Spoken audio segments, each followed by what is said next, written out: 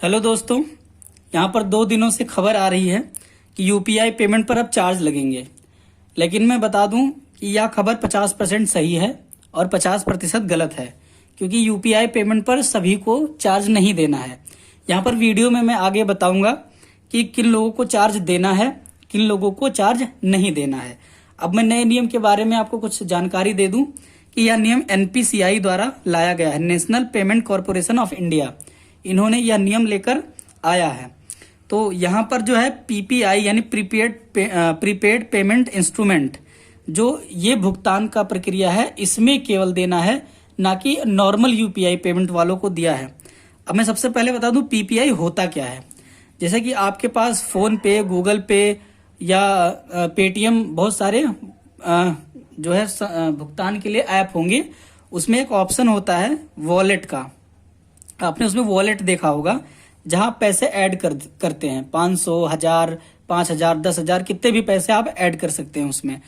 और दूसरा चीज है गिफ्ट कार्ड।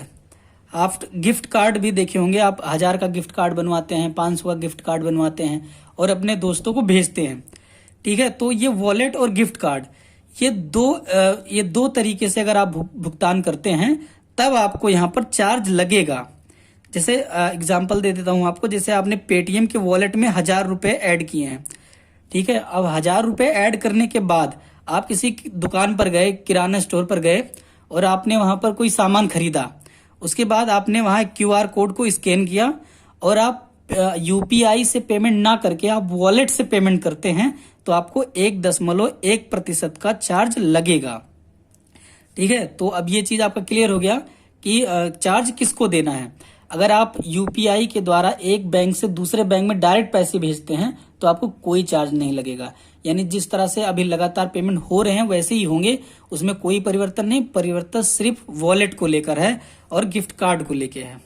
तो मैंने पीपीआई समझा दिया। अब मैं बता दूं अलग अलग जगहों के लिए, यानी अलग अलग कैटेगरी के लिए अलग अलग चार्ज है।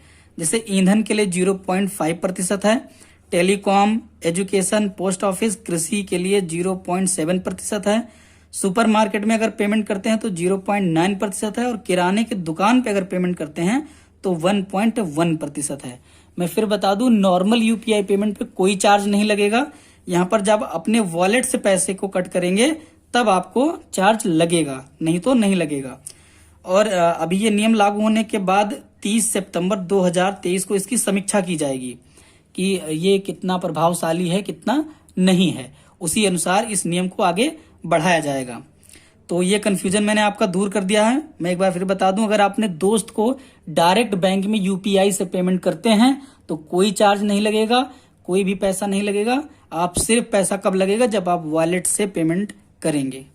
जानकारी अच्छी लगी हो तो वीडियो को लाइक कर दीजिए और चैनल को सब्सक्राइब कर दीजिए। धन्यवाद।